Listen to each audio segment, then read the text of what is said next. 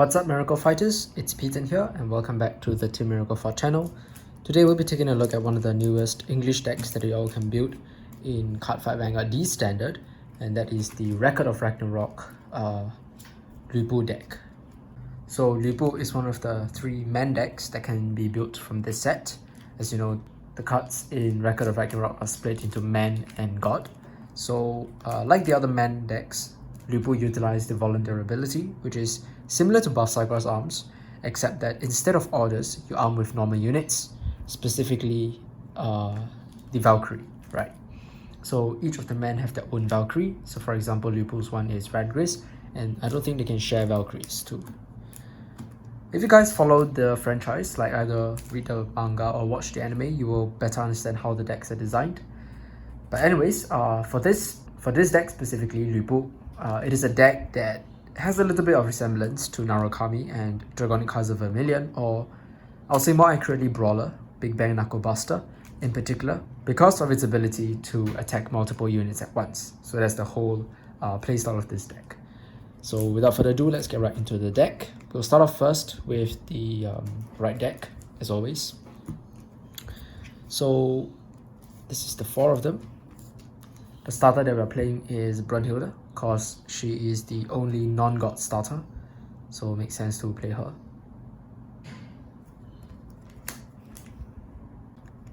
As for the grey one, I use Revolt against Gods Brunhilde.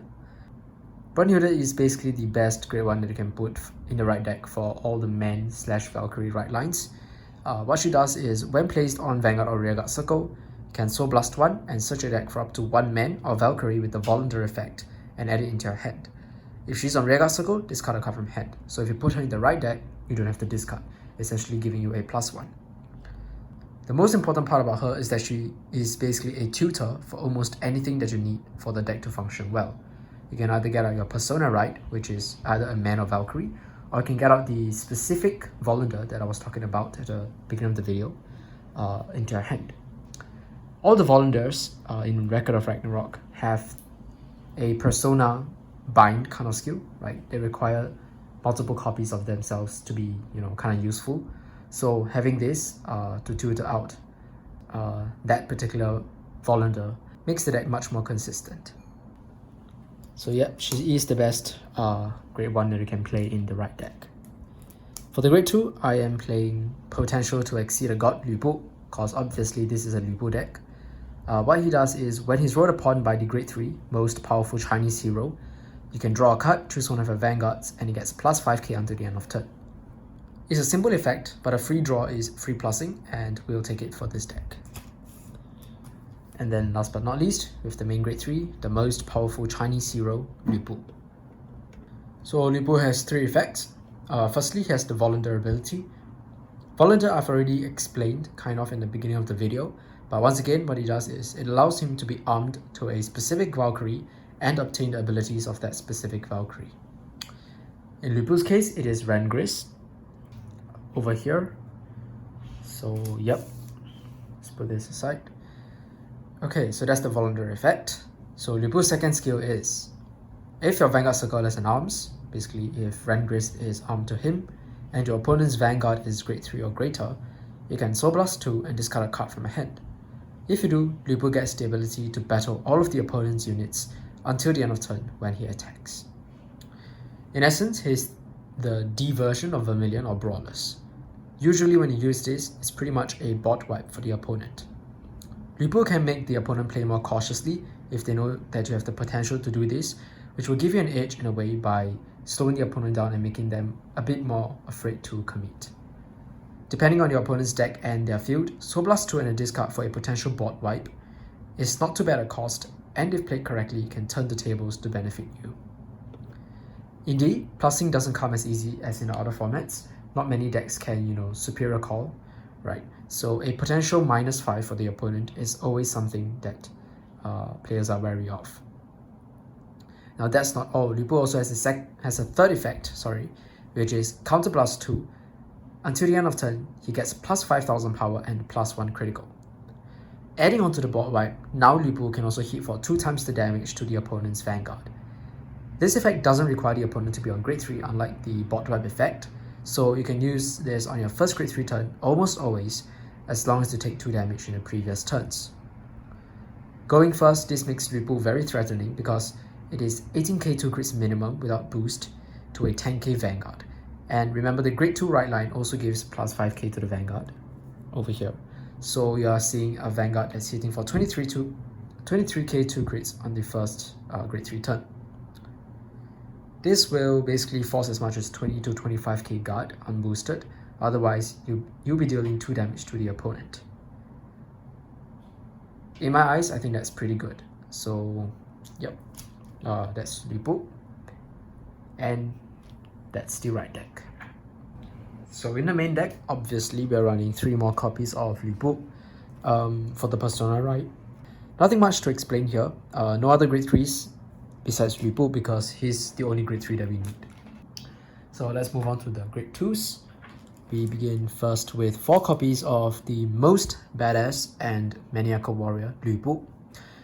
When placed on Rearguard Circle from hand, if your grade 3 or greater Vanguard is a Lupu or a Valkyrie, counterblast 1, you and your opponent reveal the top card of your main deck, of your own deck, and call it to an open Rearguard Circle.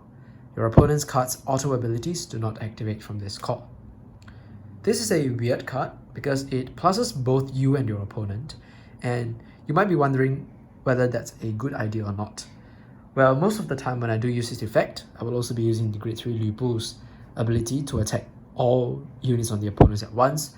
So in that way, the likely outcome is your opponent will not be able to keep the rearguard that is superior called anyways. Most of the time, the plus will only matter to you, and in specific matchups, you also have a chance to remove the opponent's stacked card. Mainly though, this Lupu is used for his second ability, which is during the battle that his unit attacked, if your opponent's Vanguard is grade 3 or greater, he gets plus 5k power.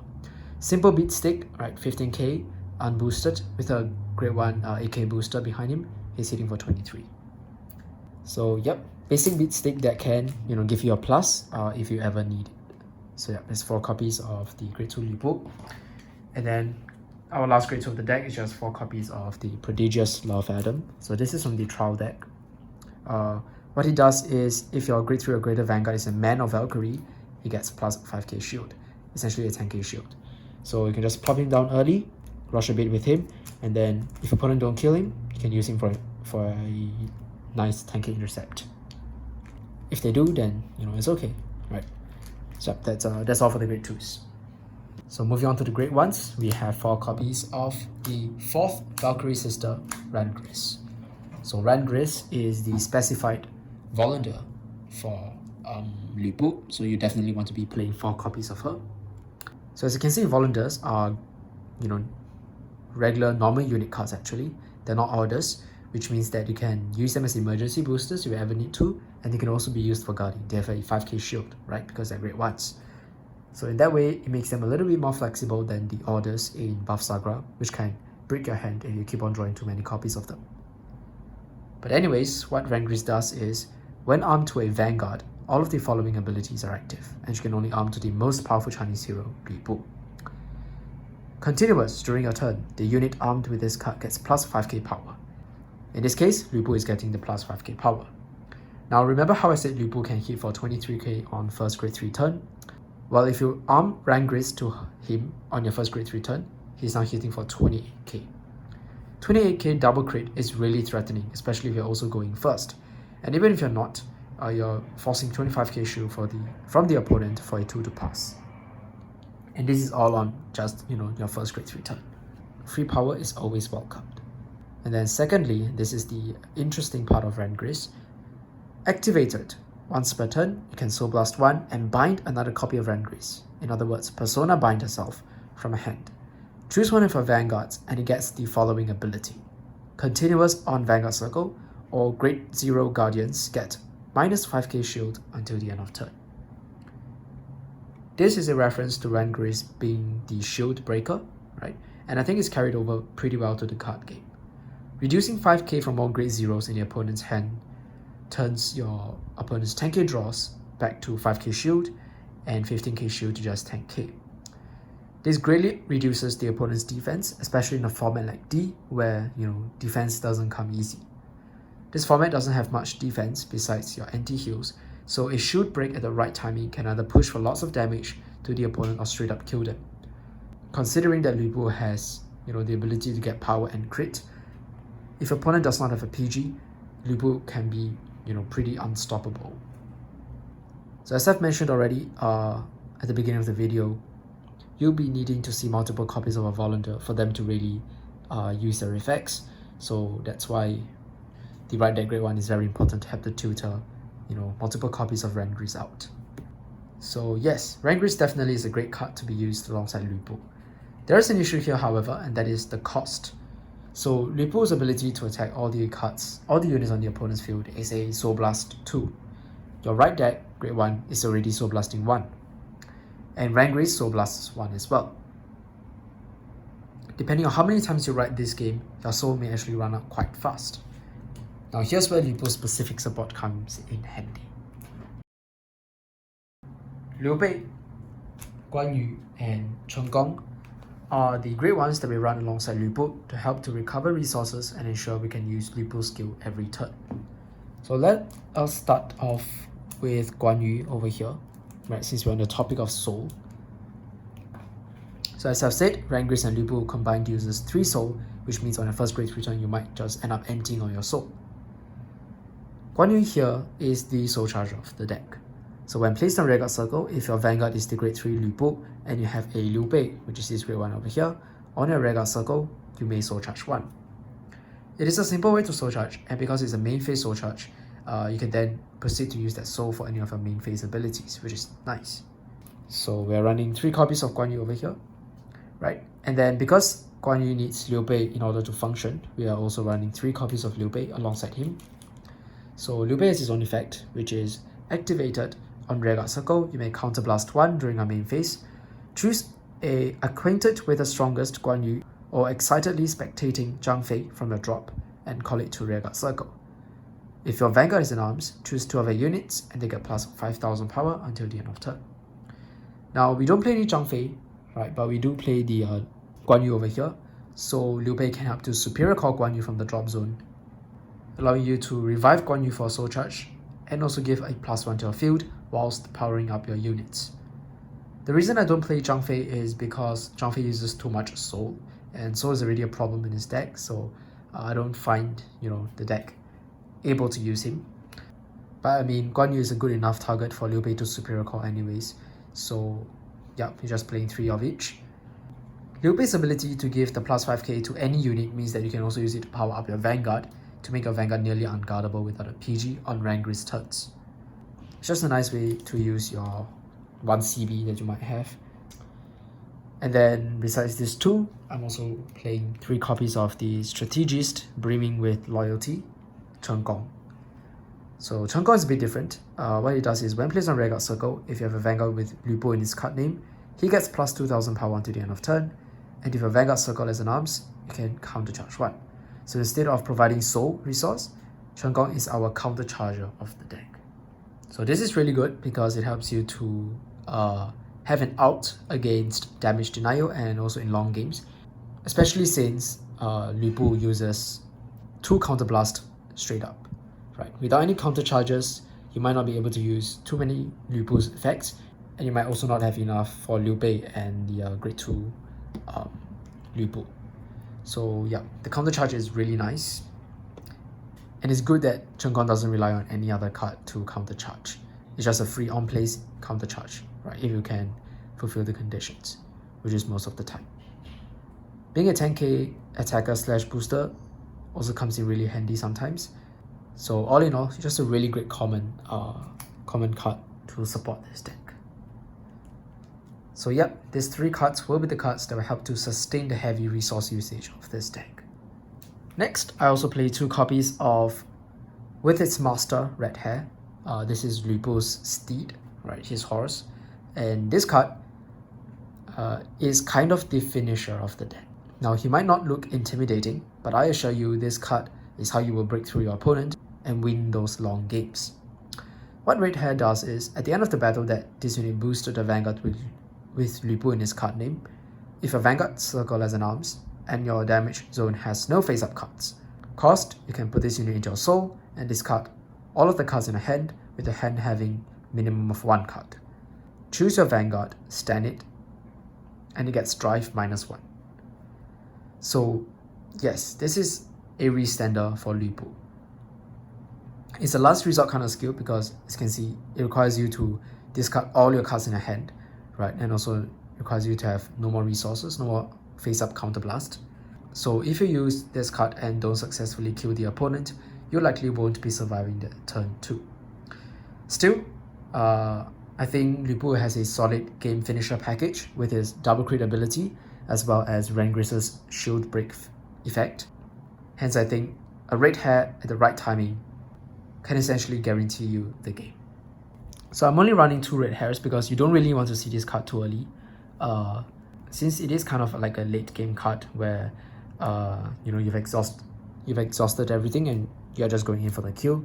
So seeing him too early may make him kind of vanilla. So I'm just playing 2 copies of him. But if I could, probably want to bump him up to 3, right? Just so I can kind of guarantee seeing him or have the threat of him on the field behind the Vanguard to make the opponent a bit more cautious, right? It's just really good to restand a double crit Vanguard, especially if you have Randgriz's effect active, making your opponent have to drop a lot of cards to guard if they don't have enough PGs. And then to round up our normal units and our grade 1s, I'm just playing 4 copies of the PG, youngest Valkyrie Sister Gold. Right, beautiful Ragnarok rare here. So nothing much to say about this here. Once Elementaria Sanctitude drops in English, I'm definitely getting it. Right, you just need 1 copy of it anyways, and you can play it in basically all D decks. So as always, I definitely recommend 1 Elementaria Sanctitude, and then you can top it off with 3 of these D Sentinels. And there we have it for all the main normal units.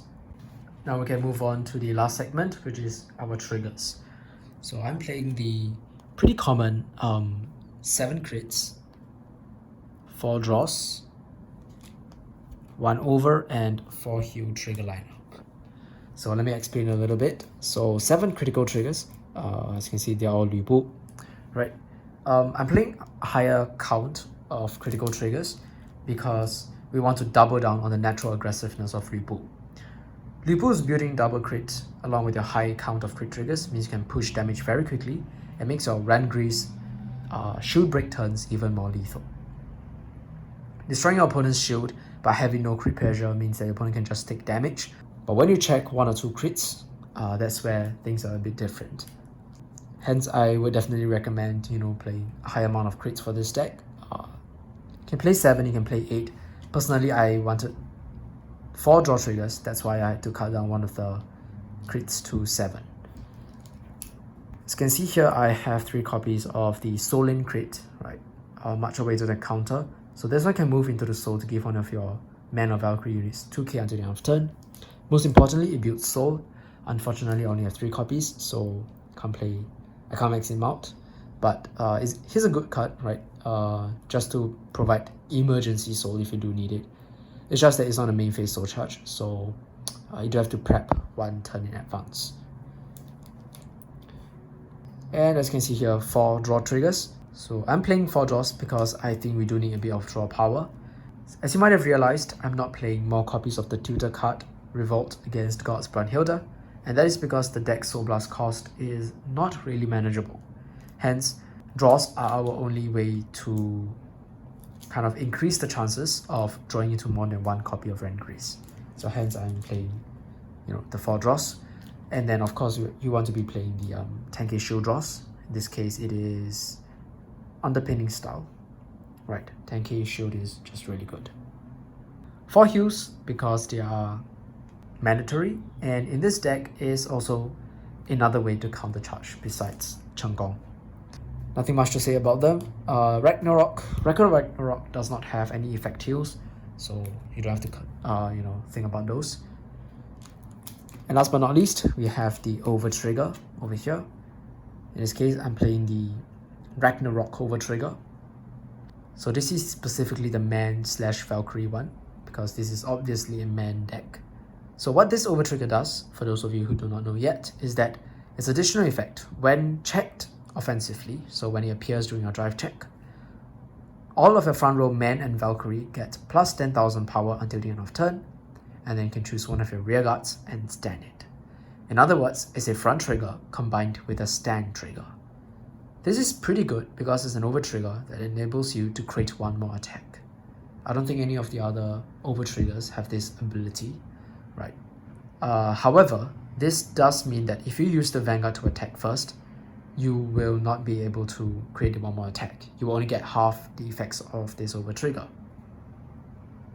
So most times, if you're expecting an over trigger or if you can afford it, I generally want to use a rearguard to attack first before swinging with the Vanguard. Personally, I find the Ragnarok over trigger not as easy to use as the other nations over triggers because of this fact, right? It kind of messes up your attack patterns, and sometimes you really just want to go for the Vanguard first, right? Especially if opponents at 4 damage and Lipu is at double crit.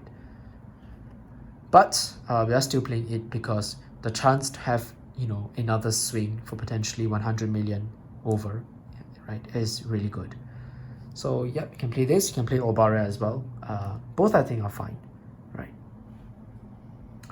But yeah, that's basically it for this deck. All in all, the Lipu deck is a strong Vanguard based deck that can bot wipe and deliver lethal Vanguard attacks very easily, with the drawback of being quite resource intensive. Still, as you can see, we have the various support cards that make the deck more consistent when it comes to having enough counter blasts and soul blasts, and the deck does play well into bot reliant clans because of Lipu's ability to attack everything at once. The deck's aggressive first grade 3 turn and powerful finishers in the form of Randgriz as well as Red Hair gives the deck a final turn play that it can work towards. This deck also has superior calling and extra defense, so it does have, you know, kind of a full package to it. Once again, I hope you guys enjoyed this video, and do share your thoughts, if any, on the list and what you guys want to see in the future. I'll see you all in the next one. Until the next one, bye guys.